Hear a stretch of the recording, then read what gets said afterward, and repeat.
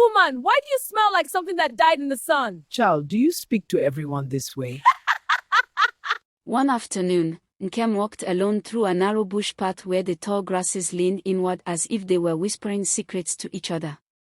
The wind had suddenly gone quiet, the kind of silence that made even the strongest heart feel uneasy. Birds that had been singing moments before stopped abruptly, leaving the forest wrapped in an eerie stillness.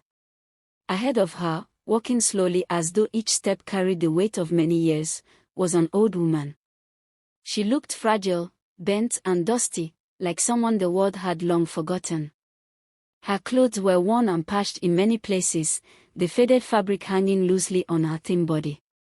Her grey hair was wild and tangled, and in her trembling hand she held a crooked wooden staff that tapped gently against the ground with every slow step she took. Nkem stopped for a moment and wrinkled her nose dramatically. Her face twisted in disgust as she stared at the woman's back. Then she shouted loudly, her voice slicing through the quiet forest like a sharp blade. "Old woman!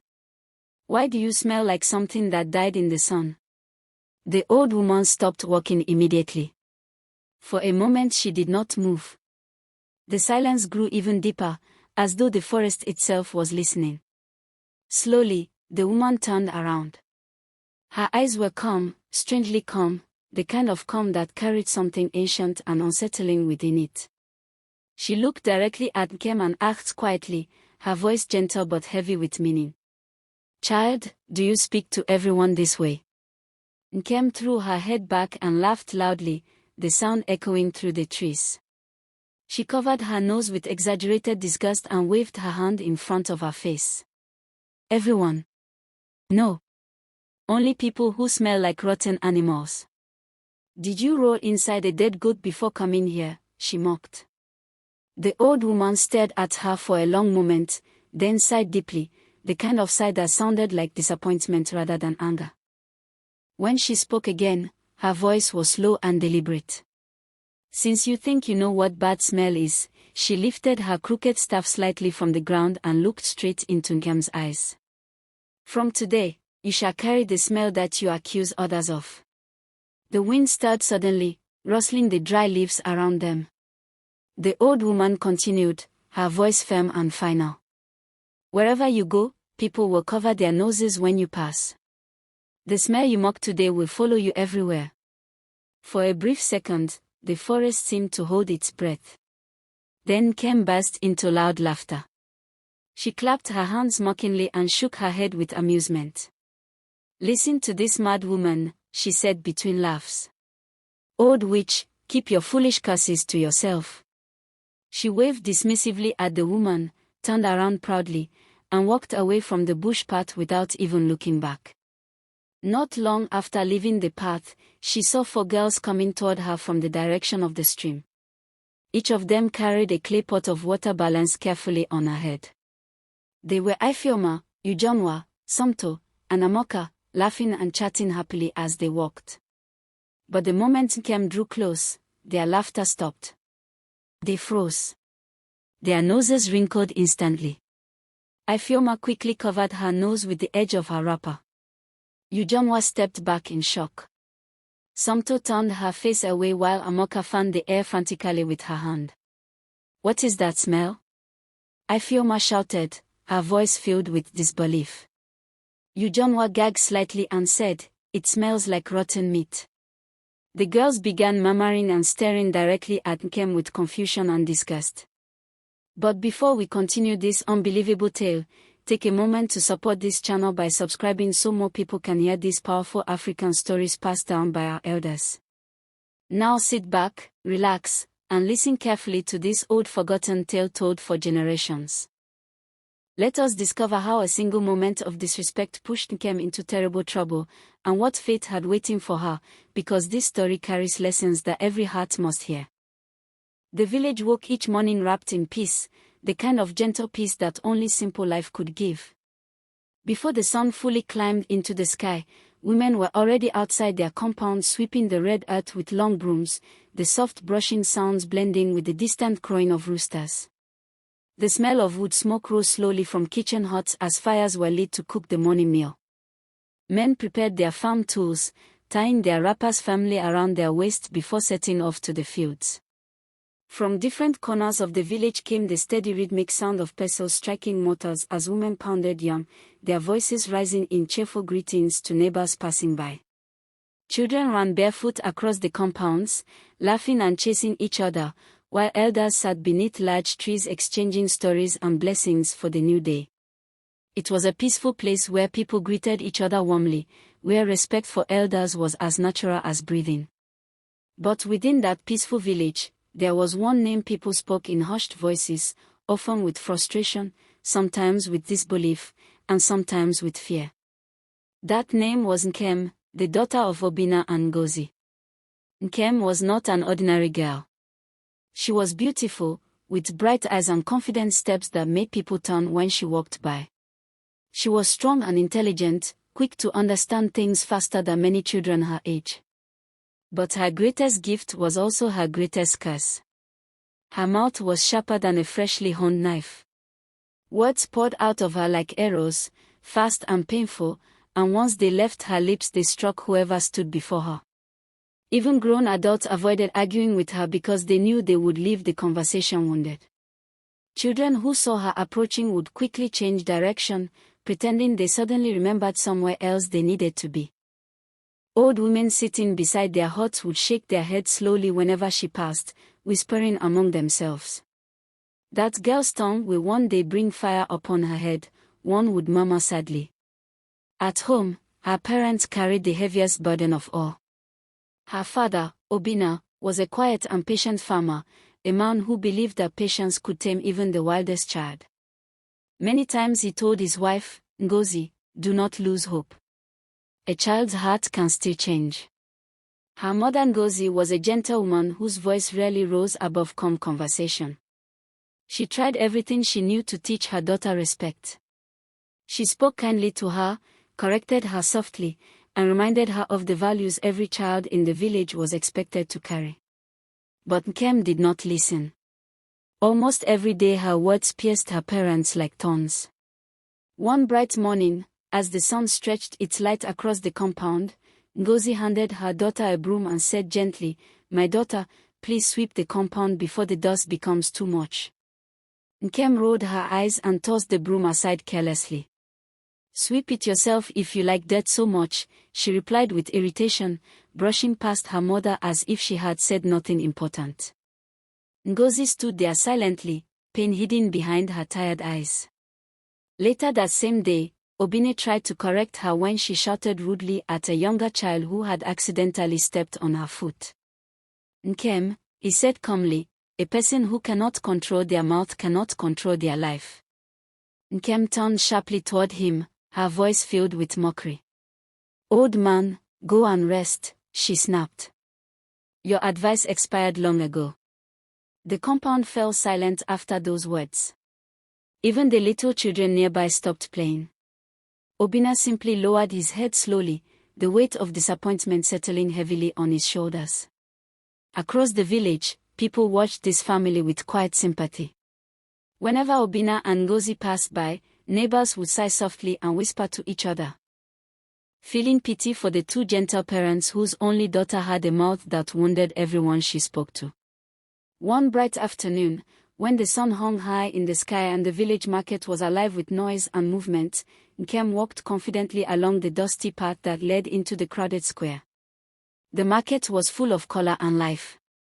Women sat behind their goods calling out to buyers, children ran between stalls chasing each other, and the smell of roasted corn and fresh vegetables filled the air.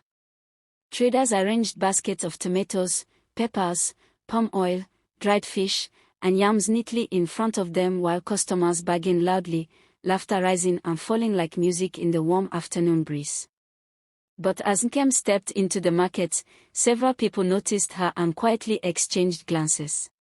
Some shook their heads slowly, already preparing themselves for whatever trouble her sharp mouth might bring that day. It did not take long. Near the entrance of the market sat a hardworking woman named Adana, who had spent the whole morning arranging the yams she had harvested from her farm. They were not the largest yams in the market, but they were clean and carefully displayed. Nkem stopped in front of her store, bent slightly to look at the basket, and suddenly burst into loud laughter. Adana, she shouted so that nearby traders turned to look. Are these yams or are they the children of yams? Why are they so small? The market women nearby chuckled nervously, but Adana forced a small smile and replied politely, "My daughter, small yams can still fill the stomach when they are cooked well." Nkem shook her head mockingly and waved her hand dismissively.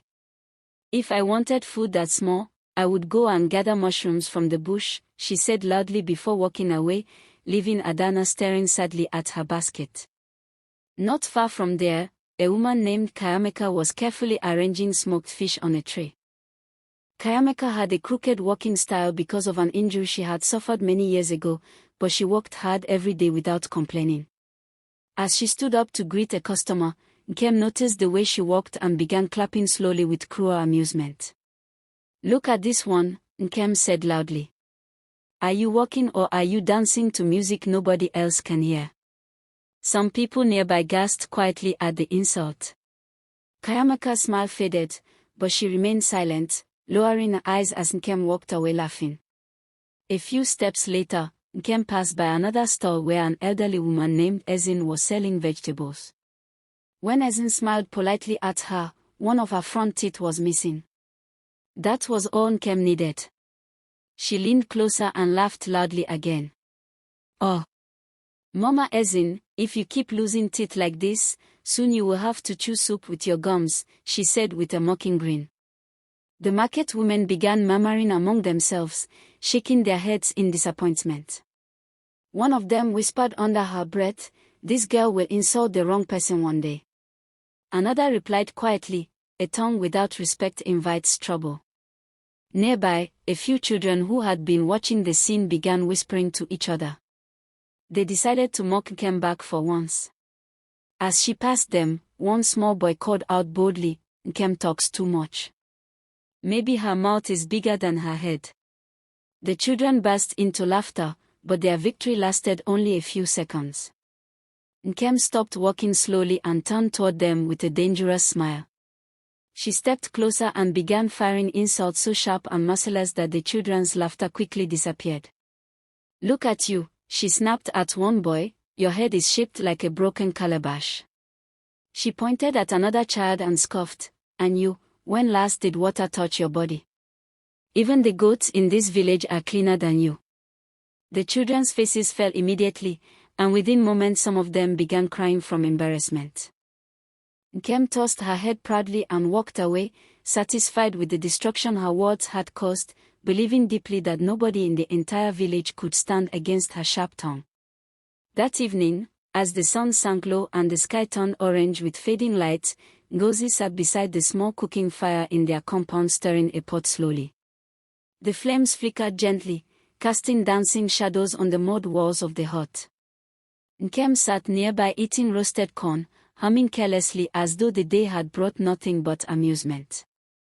Ngozi watched her quietly for a long moment before finally speaking, her voice calm but heavy with concern. "My daughter," she began softly, "a mouth without control digs a grave for its owner." Nkem paused for a second, then suddenly burst into loud laughter. She shook her head and waved her hand dismissively.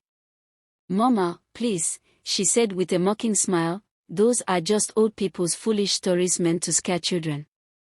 Ngozi sighed quietly and stared into the fire, her heart troubled, knowing deep inside that one day her daughter's careless words might invite a kind of trouble that laughter could not chase away. One quiet afternoon, when the sun was still high but the village paths had grown strangely calm, Nkem walked alone along a narrow bush path that curved between tall grasses and thick shrubs. The air felt different that day. The wind, which usually rustled through the leaves and branches, had suddenly gone silent. Even the birds that filled the trees with cheerful songs every afternoon stopped singing all at once, leaving the path wrapped in an unusual stillness. Nkem walked carelessly, swinging her arms as she moved forward, unaware that the quiet around her carried a strange weight. After a few steps, she noticed someone ahead of her on the path. An old woman was walking slowly in front of her, her back slightly bent as though many years had pressed heavily on her shoulders. The woman moved carefully, planting a crooked wooden staff on the ground before each step. As Nkem drew closer, she studied the stranger with a curious expression. The old woman looked fragile and dusty, as though she had traveled very far under the hot sun. Her clothes were worn and patched in many places, the faded cloth hanging loosely from her thin body. Her grey hair was wild and scattered, sticking out in different directions like dry grass after a storm. Every movement she made was slow and deliberate, her crooked staff tapping softly against the dry earth with each step. Nkem wrinkled her nose dramatically and covered it with her hand as if something terrible had suddenly reached her senses. Her face twisted with exaggerated disgust. Then she shouted loudly so that her voice cut sharply through the silent bush. "Old woman! Why do you smell like something that died in the sun?" The old woman stopped walking immediately. Her staff rested quietly on the ground as the path fell into an even deeper silence. For a few seconds she did not move at all. Then slowly, very slowly, she turned around to face the girl behind her. Her eyes were calm, strangely calm, the kind of calm that made the moment feel heavier than it should have been. She looked directly at Nkem and spoke in a quiet voice that carried both patience and warning. "Child, do you speak to everyone this way?" Nkem threw her head back and laughed loudly, the sound echoing through the trees. She waved her hand in front of her nose again as though the smell was unbearable. "Everyone?" "No," she said mockingly. "Only people who smell like something that crawled out of a rotten hole." She laughed again and pointed at the woman's clothes. "When last did you bathe? Or have you forgotten where the river is?" The old woman watched her quietly for a moment, then sighed deeply, the kind of sigh that came from someone who had seen too much foolishness in the world. When she spoke again, her voice was slow and steady. "Since you think you know what bad smell is," she lifted her crooked staff slightly and planted it firmly on the ground. "From today, you shall carry the smell that you accuse others of."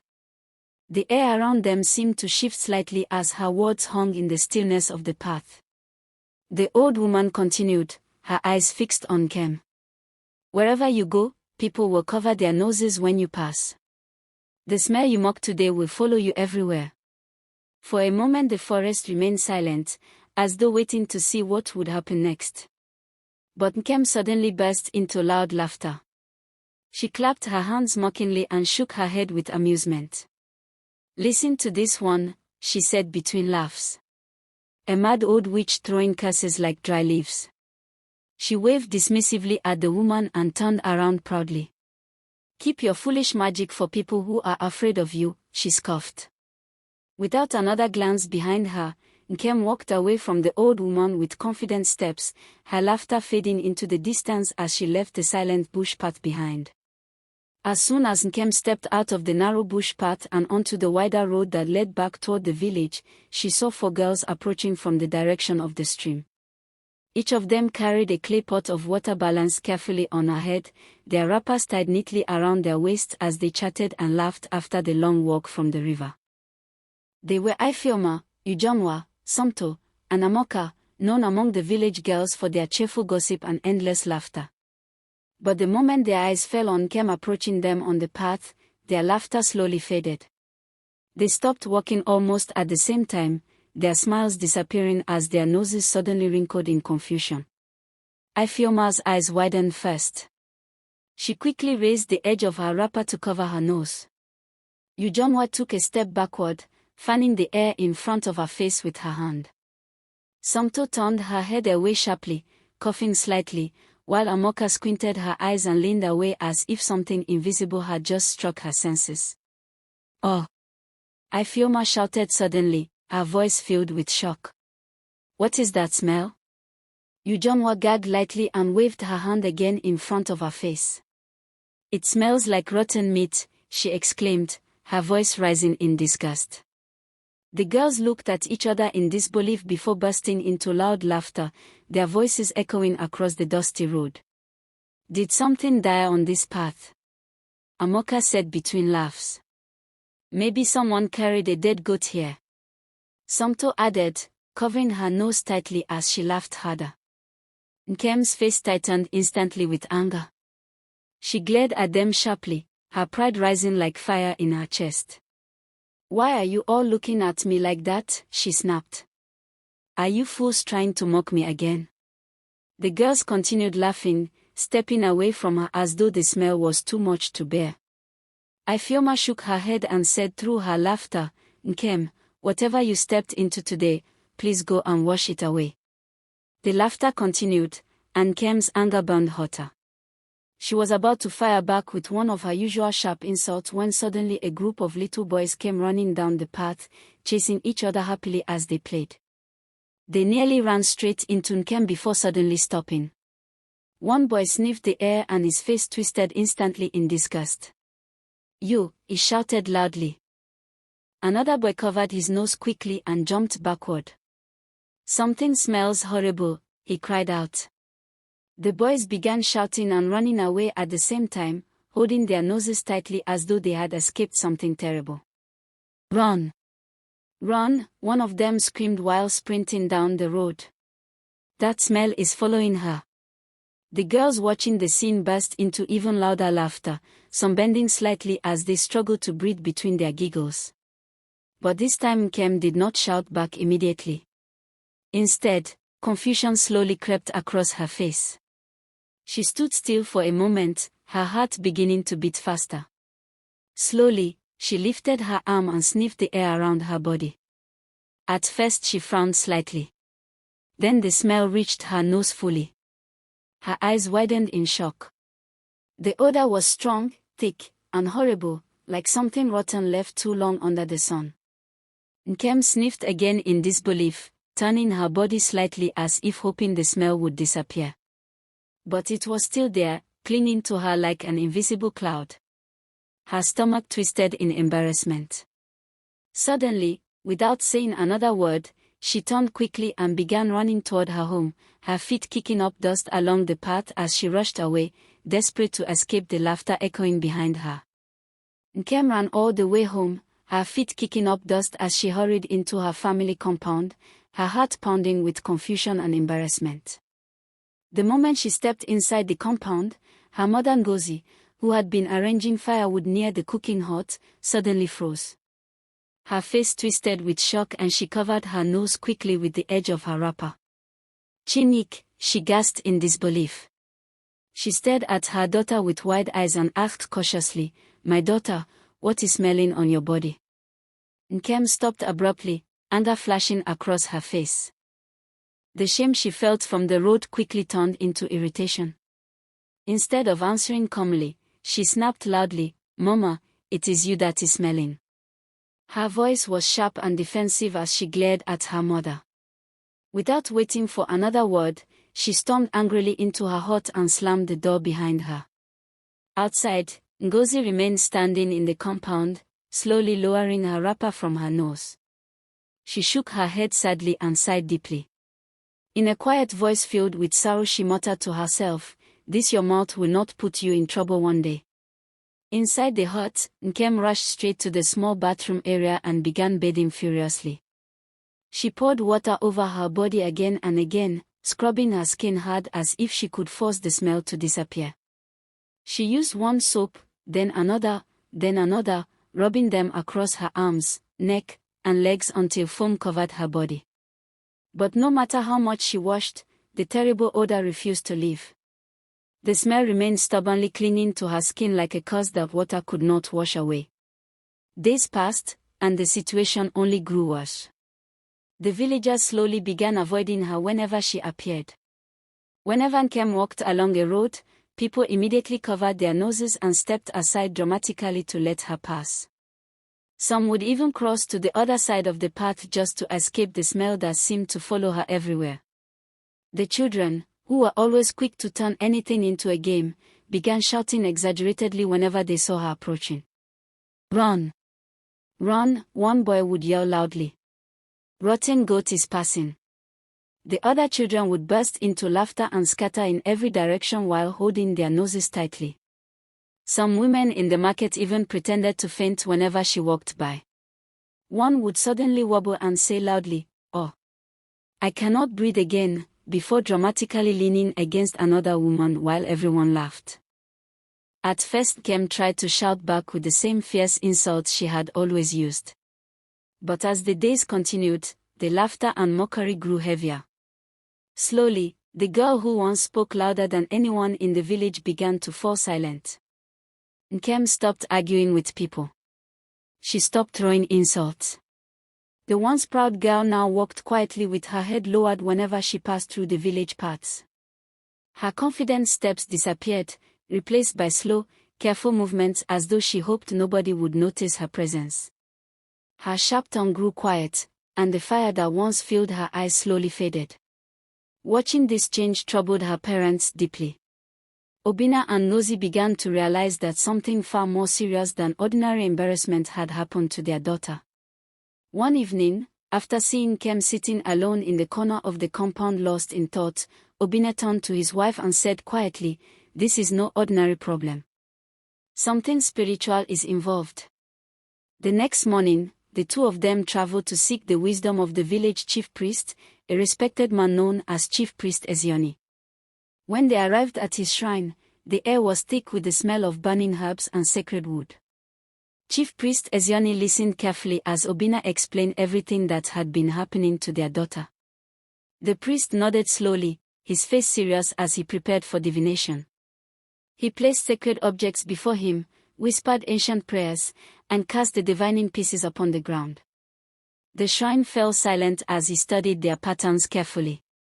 After a long moment, he looked up at the worried parents. His voice was calm but firm. "Your daughter insulted a spirit," he said slowly. The spirit appeared before her disguised as an old woman. Ngozi gasped quietly while Obinna's face tightened with concern. The priest continued, "Her careless mouth offended the spirit, and the spirit placed this curse upon her." Ngozi's eyes filled with worry as she asked softly, "Is there any way to help our child?" Chief Priest Ezioni nodded slowly. "Yes," he replied. "But the solution will require humility." He leaned forward slightly and continued speaking. "Your daughter must travel deep into the forest where she first met the spirit. Along the journey she must remain polite and respectful to everyone she meets, no matter what she sees. If she reaches the end of the forest with humility in her heart, she will meet the old woman again. Only then can she ask for forgiveness."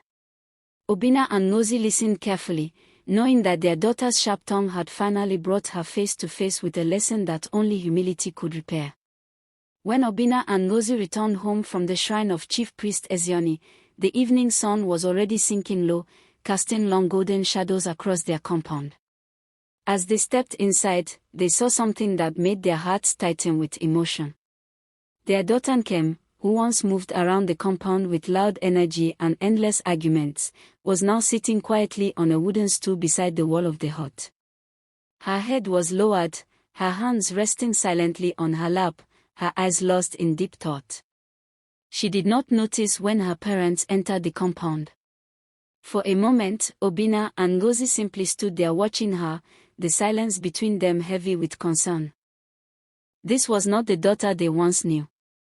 Finally Ngozi walked closer and called softly, "Nkem, my daughter." Nkem lifted her head slowly and looked at them. The usual fire in her eyes was gone, replaced by tiredness and shame. Obinna sat down beside her and spoke gently. "We have just returned from the shrine of Chief Priest Ezioni," he said calmly. "He has told us what happened to you." Nkem's eyes widened slightly. Her heart began to beat faster as her father continued speaking. "You insulted a spirit," Obinna said quietly. "The old woman you mocked on the bush path was not an ordinary human." Nkem's breathing grew heavier as the truth settled deeper into her mind. Ngozi knelt beside her daughter and placed a hand on her shoulder. "The priest has told us what must be done if you want the curse to leave your body," she said softly. Nkem swallowed nervously and whispered, "What must I do?" Obinna answered slowly, making sure she understood every word. You must return to the forest where you met the spirit. You must walk through the forest alone. Along the way you must treat everyone you meet with respect and kindness. If your heart remains humble, you will find the old woman again at the end of the forest. Then you must kneel and ask for forgiveness. The compound became silent as Nkem absorbed everything they had said. For a long moment she said nothing. Then slowly she nodded. Her voice, once so loud and sharp, now came out quiet and steady. I will go, she said. I will do exactly as the priest said. Early the next morning, Nkem began the journey. She walked alone toward the forest, the same place where her trouble had first begun. The tall trees stood like silent watchers as she stepped beneath their shadows. The deeper she walked into the forest, the quieter the world became. Her heart beat steadily in her chest as she remembered the priest warning to remain respectful no matter what she saw. After some time, as she continued along the narrow path, she suddenly saw someone ahead of her. It was an old man sitting on a fallen tree trunk. His name was Okudili. The moment Nkem saw him clearly, she almost burst into laughter. The man looked extremely funny. His beard was long and tangled like a bundle of dry grass, and his hat sat crookedly on his head as if it had lost its way. One of his eyes squinted while the other remained wide open, and his clothes looked as though they had been stitched together from pieces of 10 different wrappers. Even the way he sat was strange, leaning sideways as if the tree trunk itself had pushed him there.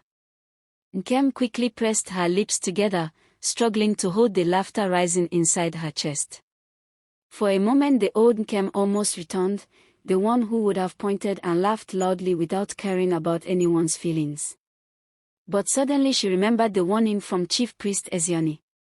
She took a deep breath and controlled herself. Then she stepped forward politely and bowed her head slightly. "Good afternoon, Papa," she said respectfully. The old man looked at her and smiled slowly, his strange eyes shining with a mysterious calm. "Good afternoon, my daughter," Okudili replied gently. "May your journey be peaceful." Nkem nodded politely and continued walking without another word.